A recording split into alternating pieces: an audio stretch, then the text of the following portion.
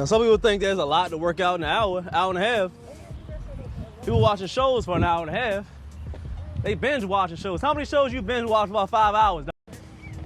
I'm a binge watch one show for 5 hours. Exactly, for 5 hours. We out here, these workouts be about an hour, hour and 10. You can binge watch the whole season of Paradise in 5 hours. Exactly, Paradise. Y'all watch that.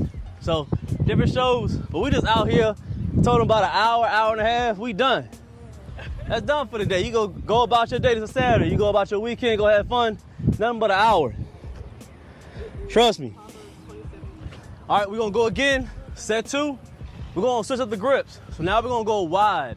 Real wide as possible. So I like to get the wide pull-ups to exactly what it'll do. It's gonna widen out your back. So, like I said, y'all know how I am on this channel. Not no guru. I'm not no scientist. I ain't go get no bachelor's and master's in working out and muscle exercise. I don't care about none of that. My goals are mixed with a little bit of bro science and experience. So I'm always switching up grips. I'm doing different tempos, doing different reps, doing different things to hit certain muscles on my body. So what I've learned doing wide pull-ups is hitting that muscle right up under your armpit.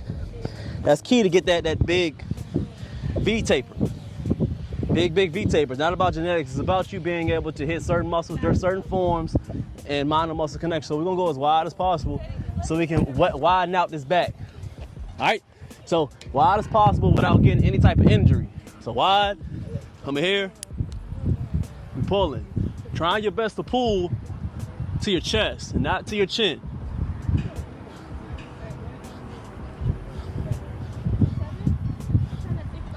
And look good, look good. You see? When you're doing properly, minor muscle connection, having good grip. Now I'll show a few more tips when you're doing pull-ups to be able to hit more of your lats. Not just pulling to your chin. That's like you learn and watch other athletes, other fitness influencers. That's cool to look good in front of everybody else, but we're here to grow. Live long and good, look good. So we get the thickness of this back. Do the same way. If we're doing a certain grip on pulls, we're gonna do a certain grip on the rows. Wide on the pulls, that means that we're gonna do wide on the rows. That makes sense? Give me that salute. We're going wide with them.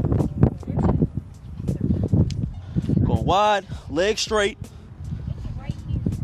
We pull it.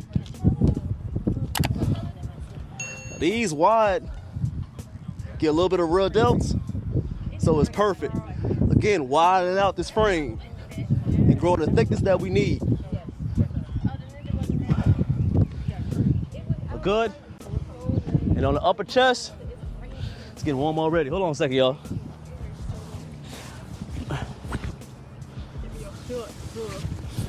Yep. So on the upper chest, we're doing the same exact thing. We're hitting the weaker point. So a lot of people have a lower and in the middle because they do a lot of dips and they do a lot of regular push-ups. But hit the upper, you gotta be able to get decline push-ups. It's gonna focus a lot on these delts, upper right here. Keep the tension on. Here, tension. We're not worried about going all the way up.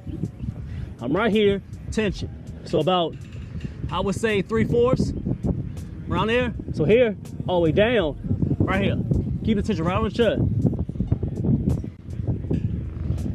7, 8, 9. Look good. Squats, still keeping the shoulder length. So you hit them calves, hamstrings, quads, and of course them glutes. All the way down. 7, 8, 9. Look good. We got a minute and a half. Let me check this real quick. Hit that like for me. Hit that like that's making sense. There we go. We're looking good.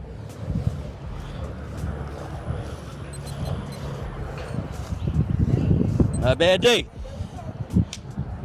Probably get 2 more sets, and we'll get the first of the day. Hit that like, man.